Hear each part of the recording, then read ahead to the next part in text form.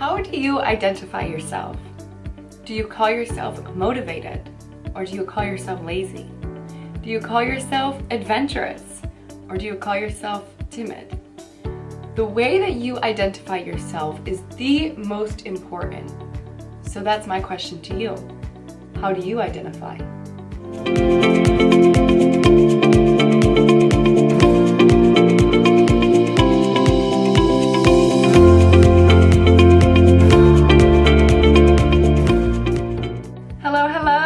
Positive Posse. Welcome back to another video on Self-Mastery Mentor. My name is April Kadwa, and in this video we are going to talk about how you identify yourself and ways that you can identify yourself a little bit better going forward to make your life better. Alright, so before we get started, make sure you guys go ahead and hit that subscribe button for me. Please make sure you ding that bell so you're notified every single time I upload, which is every single day on all different life topics. Before we get started, I want to check in with you guys. How are you feeling today? Are you feeling good? Are you feeling healthy? Are you feeling lazy? Are you feeling motivated? What are you feeling? Whatever you're feeling, write it in the comments, and then let's all make the conscious decision right now to find something to be grateful for, throw those smiles on, and raise our vibrations just a little bit higher. All right, so one of the reasons why identifying yourself and what you identify yourself as is the most important is because that's what your subconscious brain believes about you. So I want you guys to think right now, how do you identify yourself? Do you call yourself in your own mind lazy, motivated, driven, successful, poor, rich? How do you identify yourself? If you guys want to do an exercise with this, you can go ahead and get a piece of paper out and write down everything about yourself that you identify with. The things that you think about yourself daily in your thoughts. The things you think about yourself on your bad days, on your good days. Write it all out so you can visualize it and see it one by one by one by one. When you guys go through that, I want you to cross off anything that is negative about yourself. Cross it off. Those are the things that we are going to overcome. And why am I doing this exercise with you guys? Because the things that we say about ourselves, the things that we identify ourselves with, are what we subconsciously believe and carry around with us. So if you are identifying yourself as, let's say your name is Billy, and you are, most of the time successful, and you're doing really good at work, and you see yourself as very respectable, handsome man, but then you feel really insecure and you feel like you're not good enough, or sometimes you feel lazy, and those are certain qualities that are there built up in your subconscious in the back of your mind. Those are going to carry around with you through the day, through your weeks, through your months, through your years, and become a subconscious buildup in your mind. And one thing we need to do is make sure that we do not associate yourself with those negative traits. I know sometimes when you're coming from a lower vibration, right, it might be easy to say, oh, well, I'm fat, or oh, I'm chubby, or I'm not good enough, or I'm not pretty enough, or whatever you are associating yourself with that are kind of, negative and lower vibrational. Our mind begins to believe it. And as our mind begins to believe it, it begins to become part of our dominant vibration. And when it becomes our dominant vibration, it hangs these blanket of insecurities over us, or this blanket of negative thoughts and negative emotions. So even if you're having a great day, let's say, and you've been carrying around these subconscious negative baggages of feeling like you aren't enough, or identifying yourself as maybe lazy or chubby, or whatever it is that you're feeling inside, even on your greatest days, that storm, that dark cloud of negativity will still be there in the back of your mind. So when we identify ourselves with something and we say, I am this, I am that, I'm not this, and you're bringing life to that negativity, that negative identity. And so in order to become something new, we need to train our brains to identify ourselves with something new. So let's say, for example, we'll use the lazy example, right? You're feeling lazy. and you always kind of say, yeah, I'm lazy. I could be doing something more on my weekends or my evenings. Could be cleaning my room, but you're not. And you tell yourself, yeah, I'm a little lazy. Well, now you're giving life to that identity of being lazy, and so you live by that. You do your routines by that, and it subconsciously builds up into becoming who you are as a person and how you think of yourself as a person. So if you want to break that habit and break that identity of being lazy, what you want to do is start changing your identity and how you identify yourself with things, and also how you speak to yourself and the identity of yourself to yourself. There's a lot of yourself in there, but let's say, okay, you're trying to overcome laziness, right? So now you need to change your identity to that role. So now you start saying in your own thoughts and your own, talking to yourself, I'm motivated. I'm getting things done. I'm cleaning my room. I'm taking care of extra activities.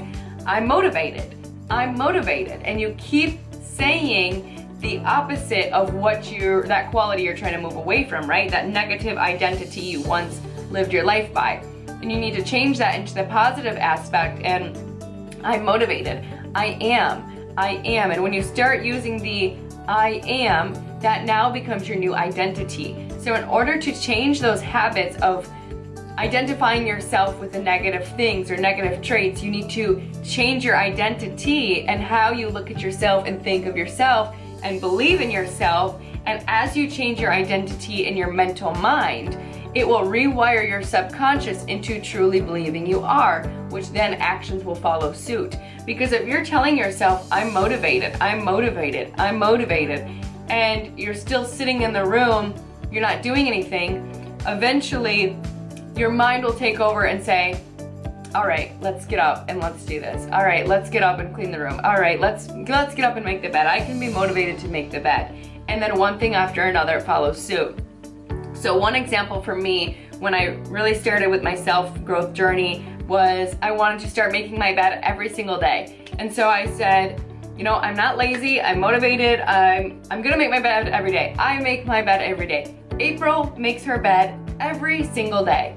And so I would tell myself that every day, every morning, and then I would get up and follow suit. I would get up and make that bed. And on the days that I didn't, I always felt a sense of letting myself down, in a sense, and knowing that I could do better. And so it motivated me the next morning to get up and do it. Because as I was changing my mental identity to myself of who I was and what I, aspire to be, the bed maker, I then started doing the actions to follow suit, because that was my new identity. And in order to live up to my identity, I needed to follow suit with that. Another thing would be someone who works out. When I wanted to get back into working out again, I identified myself as someone who jogs every morning. When I changed my identity to that habit into, yeah, I jog in the morning, yeah, I walk in the morning, or whatever it was, I then would speak that into existence, speak that into my own mind, and speak that into people I interacted with. And it became part of my daily regimen because it was who I identified myself with. So you want to be very careful on the talks you have with yourself, the subconscious talks, how you talk about yourself to other people, and make sure that you're not allowing the negative thoughts into your mind. So let's say you are feeling maybe chubby, and you are always identifying yourself as, yeah, I'm the chubby guy, or I'm the chubby girl, and you just laugh it off and you talk it off, but deep inside you it's an insecurity.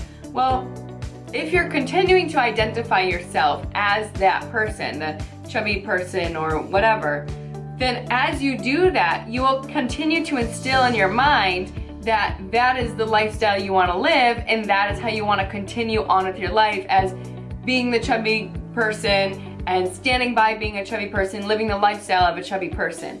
But if you want to overcome that and no longer be the chubby person, then you identify yourself with, I'm fit, I'm working out, I'm healthy, I'm bettering myself, and then as you change that mental identity of who you are, I'm fit, I'm healthy, I work out, I'm doing my best to lose weight, and when you make that your new identity, your actions will then follow suit to that. You'll then start to go for a walk, or go for a jog, or when you have 2 plates of food in front of you and one's healthy and one's maybe not, as you're identifying yourself as a healthy person, you will choose that healthy meal 9 times out of 10. If someone, your friend offers to go for a walk with you, you'll say, I am a walker, I am healthy and fit, and I'm losing weight, and you'll choose to take that activity instead of, if you identified as maybe the chubby person, then you'll maybe just say, I'll just stay home and watch Netflix. So it's very important how you identify yourself mentally and what category you put yourself in, because whatever way you are viewing yourself is rewiring your subconscious to follow its actions in suit to how you believe in yourself and what you think and portray about yourself. Another thing that I want you guys to work on is how you identify yourself to others. One thing growing up I had to learn is I would always say, make a silly joke, and I love being funny, I love laughing, and so sometimes I would be like, oh, I'm just being stupid, or something when I tell a funny joke. Well, when I identify myself as someone who's stupid, I then right away take away the knowledge of who I am. I take away the credibility of who I am. I take away everything about me that encompasses someone who's not stupid, and instead give life to somebody who's being stupid. And so the way that I identified myself, or little things I said about myself, were things I had to change and to make sure that I am speaking into existence who I actually am, which is positive things and a positive identity, because you do not want to be giving a false identity, a negative identity to people as well, because then it not only gives them something to go off of and use against you, but also now you're portraying yourself in a negative light, and you want to make sure that you are not portraying yourself as a negative person and instead portraying your own identity and your own self as what you are and what you aspire to be. So if you aspire yourself to be successful, then speak to someone that way. I am successful, I'm going to create this business, everything's gonna work out, and I have a great plan, I'm really excited, I'm a successful person. And when you speak that, right, you give life to that, you give birth to that, you make people understand and believe that you are that, as well as your own mind believing that. And that goes with the sense and the energy dynamic of doubt, right? If there's something that you don't like about yourself, right, you're identifying yourself as lazy or chubby or not successful and whatever, you're now in a very low vibration right here, in a place of doubt or fear that you can't be what you want. And so when you talk negatively against yourself and you identify with a negative self-talk or negative qualities that you're trying to get rid of, you keep yourself in a very contracted mental state and a very contracted energy that manifests more of what you do not want.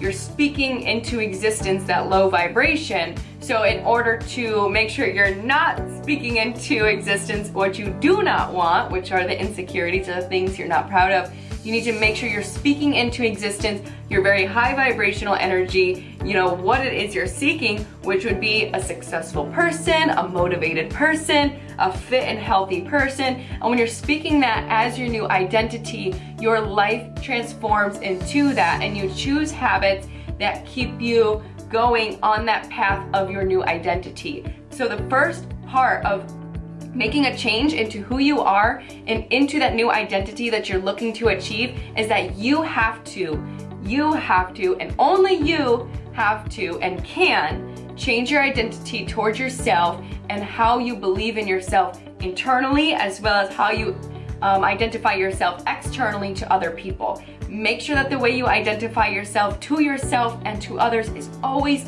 always, always positive. And if there's a negative you're trying to overcome, make sure you work through that vibration so you can raise it up and get rid of those negative thoughts, because it only brings more negativity to you and only brings more of the identity you're trying to escape back to you. So you need to change your identity first, and all that you're seeking will come to you.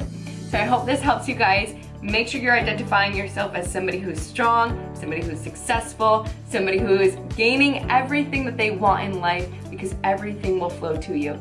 Have a great day. If you guys have not subscribed, please go ahead and do so right now. Please also ding the bell so you're notified every single time I upload, which is every single day on all different life topics. And remember, you are great.